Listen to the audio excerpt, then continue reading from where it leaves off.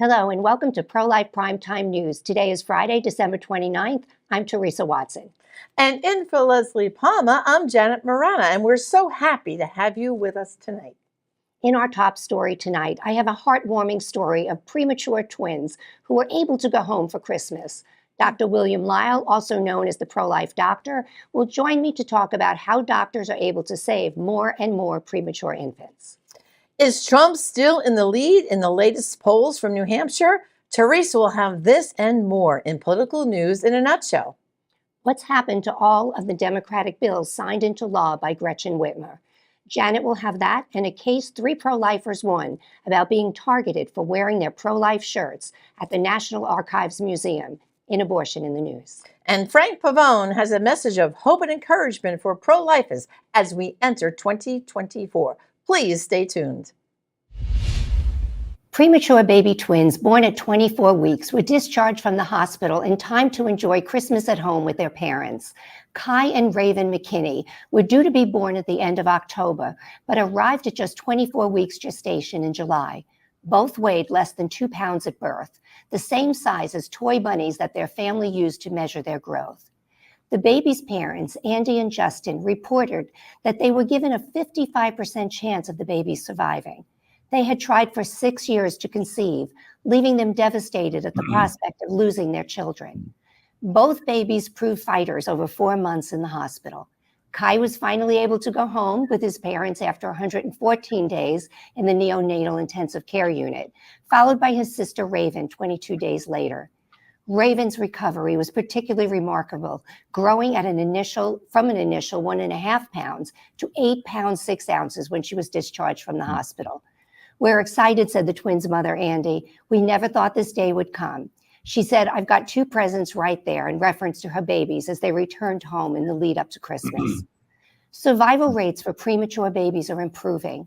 I have with me here tonight Dr. William Lyle, OBGYN, known as the pro-life doctor.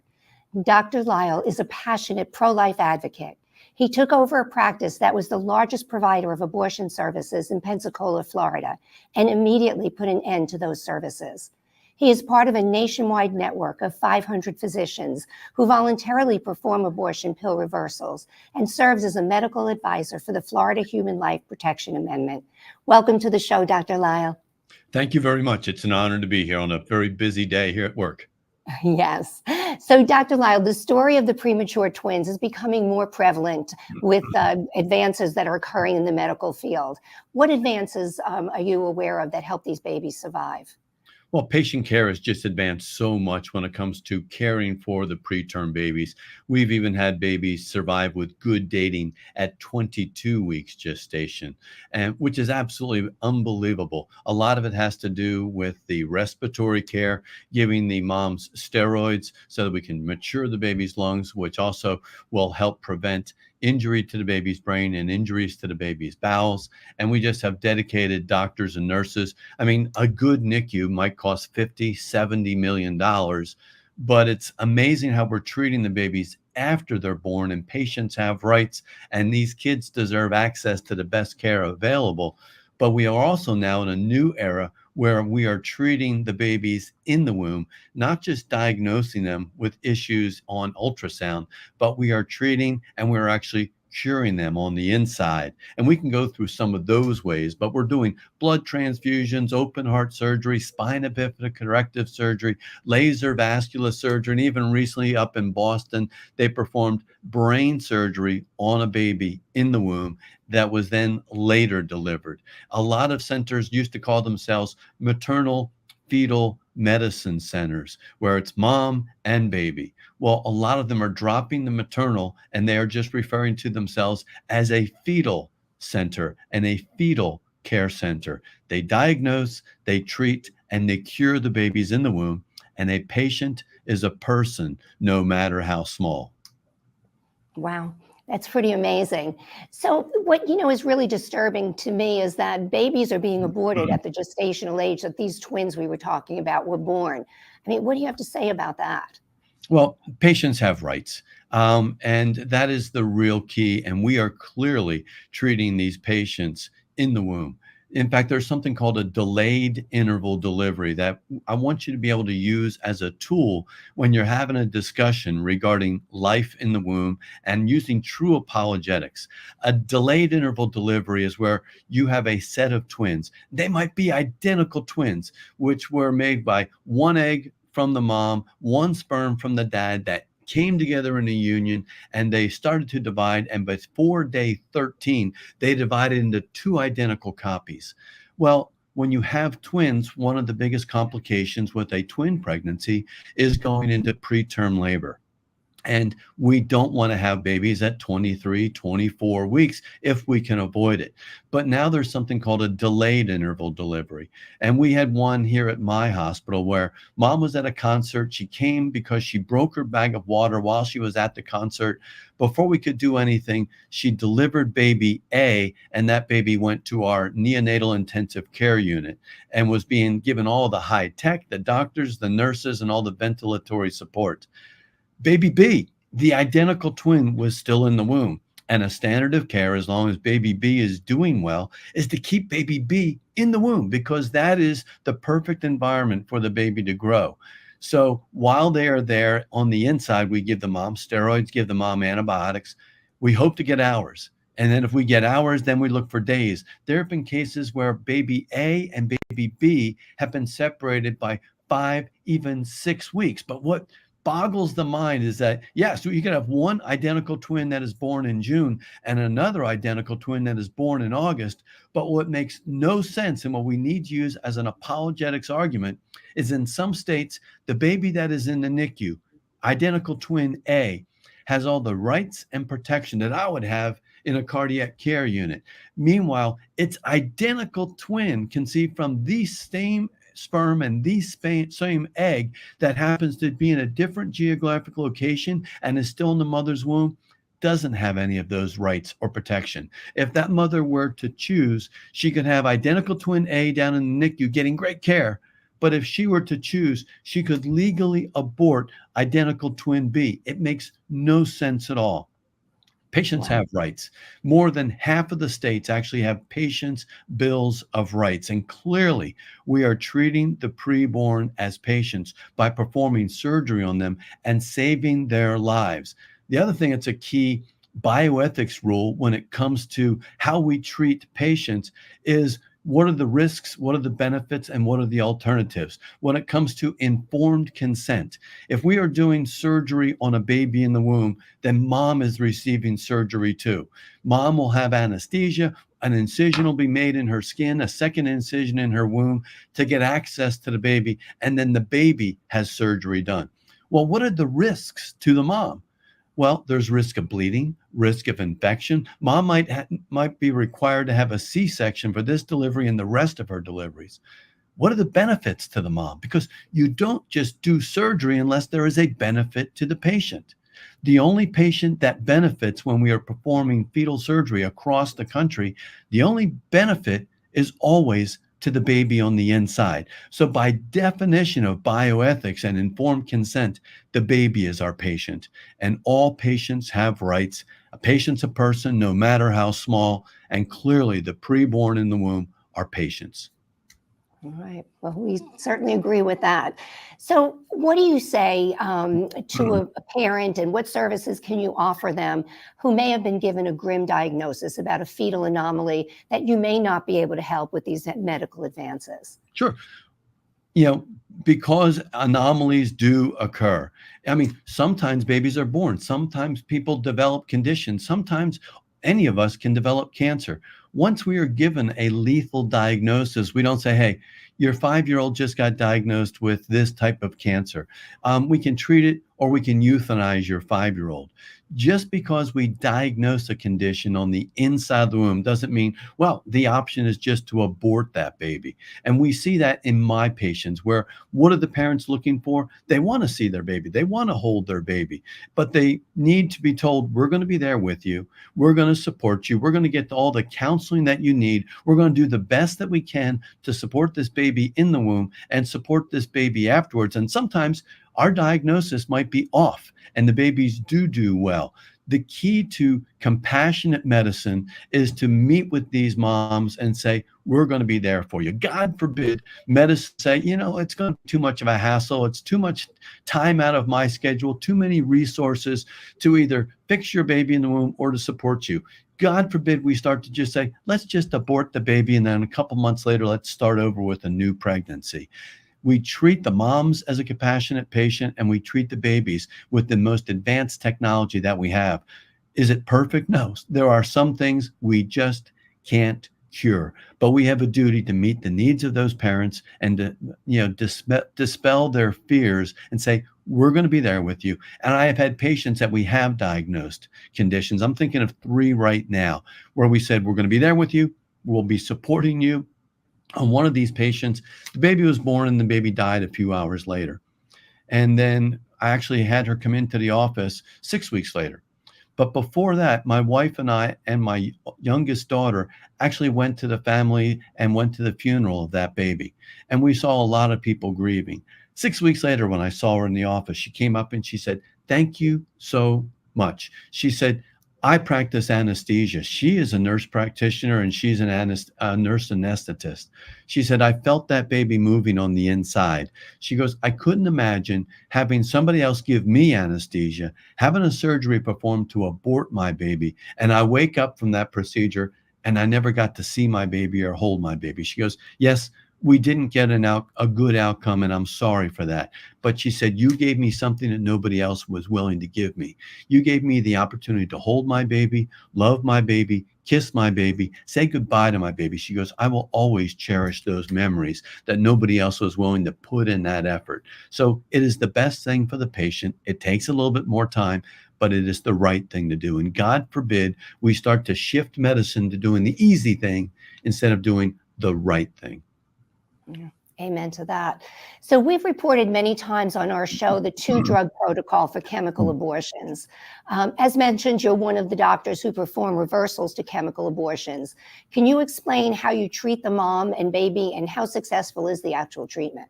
Sure. Well, first, let's go with definitions, because we have to understand what we are talking about. What's the difference between the morning after pill, which is evil in itself, which causes a woman to have a menstrual cycle and lose the pregnancy, but it is indicated for the morning after she's had intercourse. She doesn't even have a pregnancy test. She doesn't know, but she takes this pill and it forces her to have a menstrual cycle. How is that different from the abortion pill? And the abortion pill is now at least 54% of all the abortions. In a lot of states, it's even available mail order and without a visit.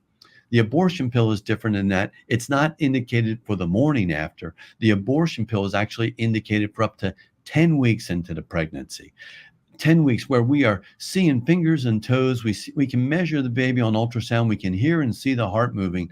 This is a baby. Most of the ultrasounds that we do for new pregnant patients in our office are done maybe 6 or 7 weeks. The abortion pill is indicated and is successful 98% of the time in aborting a baby up to 10 weeks gestation. Well, when somebody realizes they made a mistake by taking the abortion pill, is there an antidote? Sure, we have antidotes in all kinds of medicine. If somebody overdoses on a narcotic like fentanyl, do we have an antidote? Sure, it's called Narcan. We give them Narcan, it reverses the effect. Well, do we have an antidote for the abortion pill? Well, for the first pill, yes, we do. How does the abortion pill work? It works by blocking a very important hormone called progesterone. Big word, progesterone. What does it stand for? It is a progestational steroid hormone. This is the hormone that keeps the pregnancy going. It says, Mom, congratulations, we're pregnant. We're not going to have a menstrual cycle. We're going to divert more blood flow to this pregnancy, and our new full-time job is supporting this new pregnancy. Progesterone. How does the abortion pill work? It blocks that hormone called progesterone. And all of a sudden, all that support is withdrawn. Then the next day, you take a medication which causes contractions, and you pass that passed away pregnancy that was there on the inside. Well, a real smart guy named Dr. George Delgado thought years ago, well, if this blocks progesterone, what if we just give the mom progesterone? The same progesterone that we use when we're using in vitro fertilization, the same progesterone that we use to prevent preterm labor, the same progesterone that we use in pregnancy on women who've had recurrent miscarriages. So he used progesterone, which is bioidentical to what the mom is making. And what happened? He was successful in reversing the effect of the abortion pill. We have now trained over 500 doctors in the protocols of abortion pill reversal. We have documented over 4,500 successful reversals, healthy moms, healthy babies. I've attempted abortion pill reversal at the request of the patient now 19 times. We've been successful 15 out of those 19 times. Nationwide, we're successful between 60 and 70% of the time. Healthy moms, healthy babies. We all either say things or do things that we have regrets, and we think, why did I say that? That was stupid for me to say that. Well, people have regrets regarding taking narcotics. We have Narcan, and women have regrets regarding taking the abortion pill. But fortunately, we're there to give them an alternative and to save the life of their baby. Not only have I been involved in reversing the abortion pill successfully 15 out of 19 times, but several of those babies I've actually had the privilege of delivering.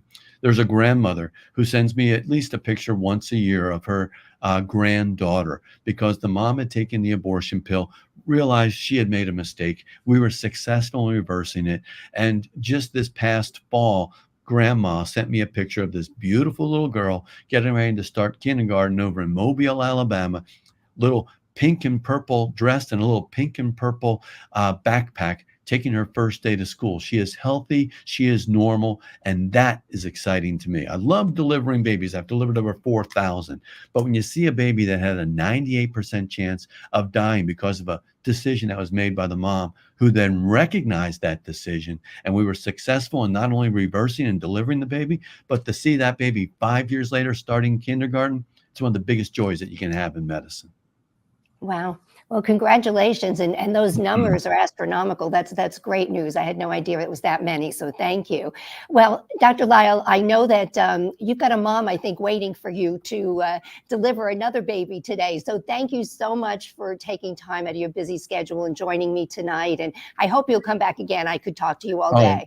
I'd be thrilled. There's so much more information on how we treat the preborn as patients. And a patient is a person, no matter how small. And we are here defending the little ones created in the image of God at the moment of conception. Amen. Thank you so much, Dr. Lyle, and Happy New Year. You as well. At the top of political news this week, the former South Carolina governor, Nikki Haley, has pulled within 4 percentage points of frontrunner Donald Trump in New Hampshire's 2024 Republican presidential primary, a contest which could prove closer than expected for the ex-president, according to a new poll. In an American Research Group poll released on Thursday, which had asked voters whom they preferred in the New Hampshire primary scheduled for January 23rd, Haley earned 29% support to Trump's 33%. That meant the gap between Haley and Trump was within the survey's 4% margin of error after the former president had long held dominating polling leads in the race for the 2024 Republican White House nomination. Wisconsin's top Republican wants to let voters decide whether to shrink the window of time in which women can get abortions, but the state's Democratic governor says he won't allow it. Current state laws ban abortions after the 20th week of pregnancy. Republican Assembly Speaker Robin Vos said December 20th that he hopes to put a proposal on some future ballot that would lower the limit to somewhere between the 12th and 15th week. It's probably the only way for us to put this issue to rest, he told the Associated Press. It has the idea of saying we're letting the people decide. However, Democratic Governor Tony Evers opposed the plan in a statement issued Thursday.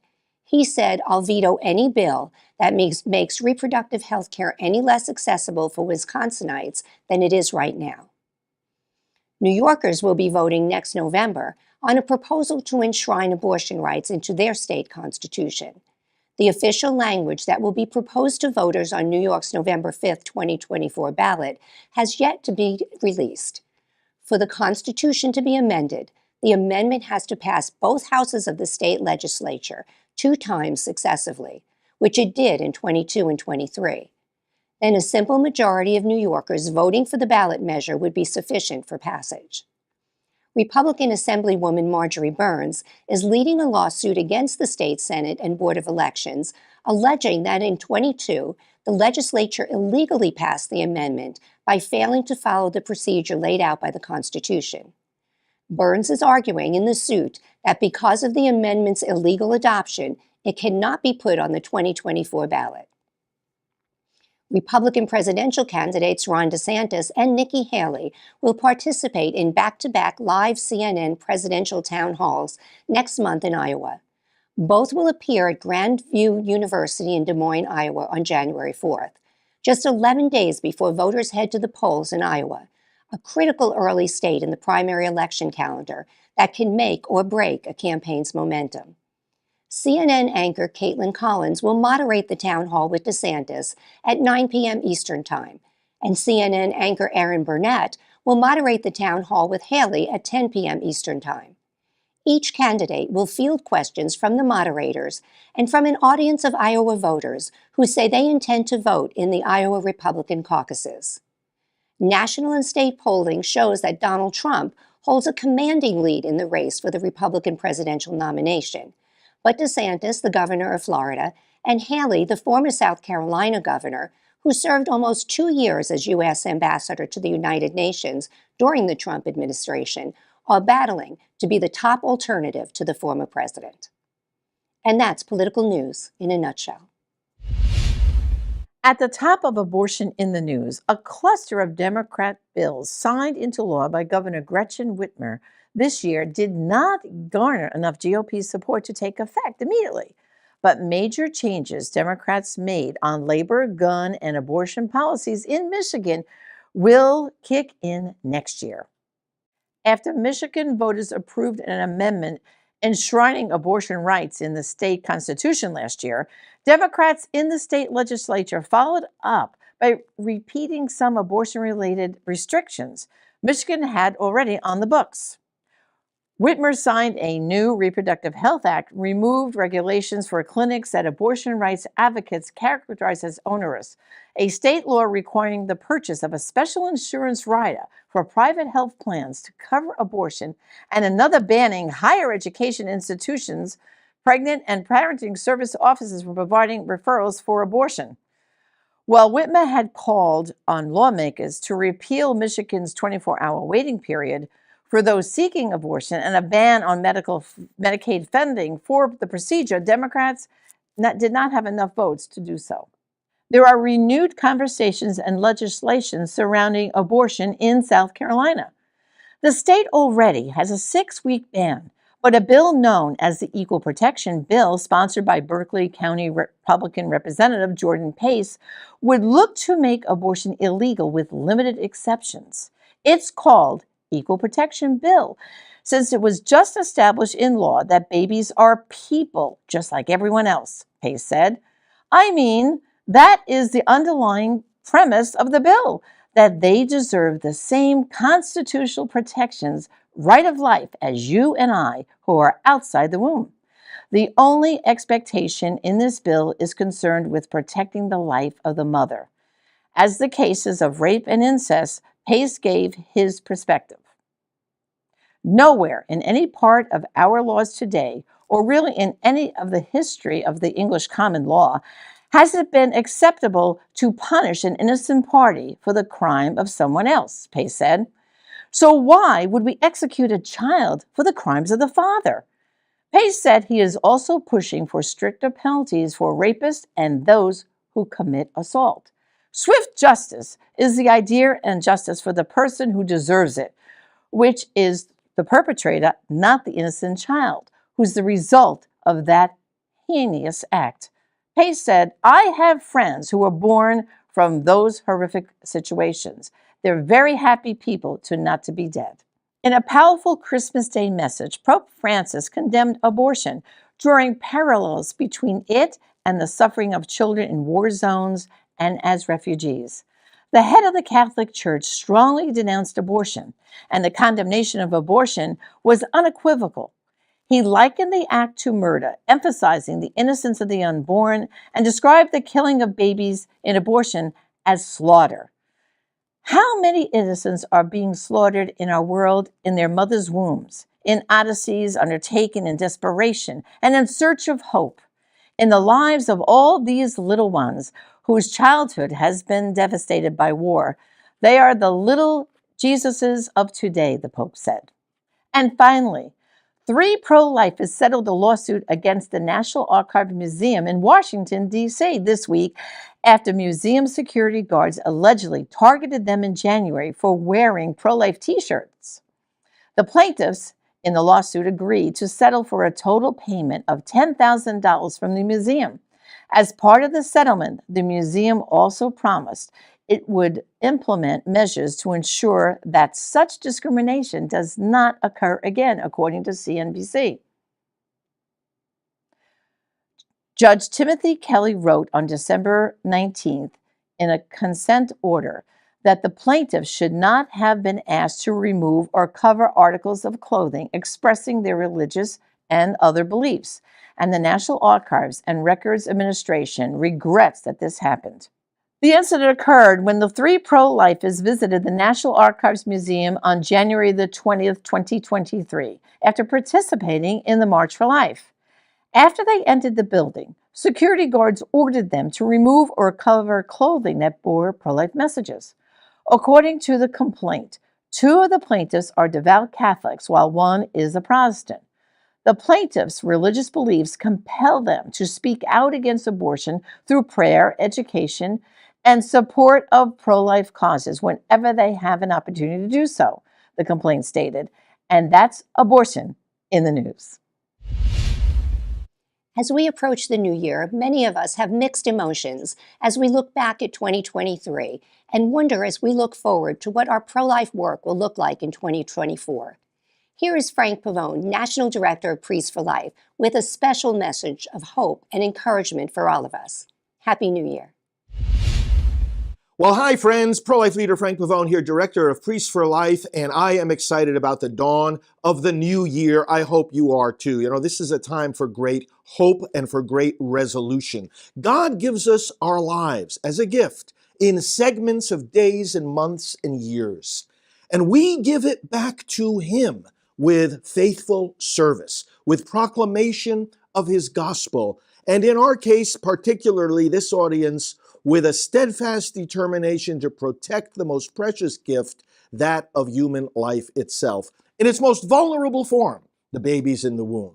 Is 2024 going to be a year of great progress for the cause of life, a year of great progress for the nation? I believe it will be. Not only because of God's faithfulness, not only because of your commitment and determination and the strength that we find from prayer and from our union and collaboration with one another, but also for another reason, that there comes a point in the nation, there comes a point in the church where people, because of all the confusion and the division and the attacks on the sacred things that we believe, come to the conclusion that things have gotten bad enough, things have gone far enough that they need to respond with more commitment. They need to get more involved in the process of making things better. I think a lot of people, both in the church and in the country, have gotten to that point now as we transition from 2023 to 2024, where people are more aware that there is a battle between good and evil unfolding right in front of us,